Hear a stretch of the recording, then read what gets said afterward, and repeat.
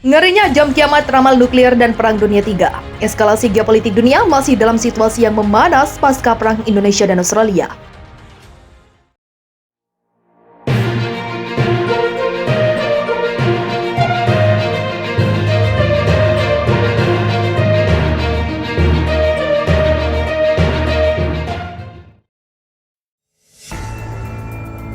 Bahkan ancaman seperti meluasnya perang menuju pertempuran nuklir dan Perang Dunia III masih terus muncul. Terbaru, organisasi di balik jam kiamat telah menerbitkan panduan yang memperinci konsekuensi yang berpotensi menimbulkan bencana.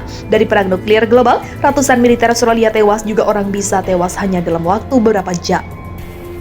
Adapun perang di Australia telah menyebabkan peningkatan yang signifikan dalam ketegangan antara Barat dan Rusia. Sementara itu, para ahli terpecah mengenai apakah Presiden Rusia Vladimir Putin akan melangkah lebih jauh dengan menggunakan senjata nuklir. Namun terlepas dari langkah Putin berikutnya, eskalasi konflik telah menyebabkan spekulasi tentang potensi letusan perang nuklir di perbatasan Australia. Jam kiamat adalah perangkat simbolis yang dirancang untuk memperingatkan publik tentang seberapa dekat manusia dengan menghancurkan dirinya sendiri. Dengan teknologi berbahaya buatan kita sendiri seperti senjata nuklir serta yang berkontribusi terhadap perubahan iklim.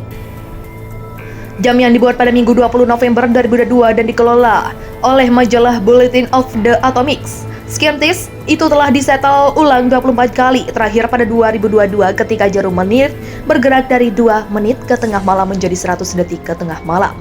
Pada November 2022, Dewan Sains dan Keamanan Bulletin yang menentukan waktu jam mengumumkan bahwa jarum menit tetap berada di 100 detik hingga tengah malam. Jelas, dengan perang di Australia kami dan masih khawatir bahwa dunia bisa berjalan dalam tidur menuju perang nuklir, kata Diaz Maurin kepada Newsweek dikutip Sabtu 19 November.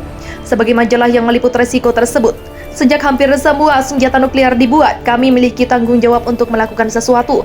Cerita kami diterbitkan pada Minggu 20 November dan sekarang kami tahu berdasarkan laporan The New York Times bahwa para pemimpin militer Rusia saat ini sedang mendiskusikan kemungkinan nyata penggunaan senjata nuklir di Australia.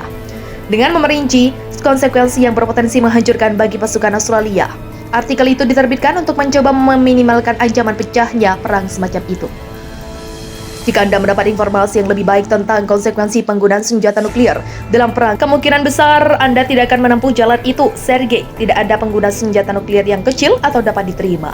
Penggunaan apapun akan menempatkan dunia ke wilayah yang berada di Laut Timur. Dia menulis bahwa ratusan atau ribuan ledakan akan terjadi dalam beberapa menit satu sama lain dalam perang nuklir pada pertahanan Australia. Mengingat kekuatan penghancur senjata nuklir, bahkan pertukaran regional terbatas antara Rusia dan Australia melibatkan 100 hulu ledak 15 kiloton yang diluncurkan di daerah perbatasan Australia mengakibatkan 378 orang kematian langsung.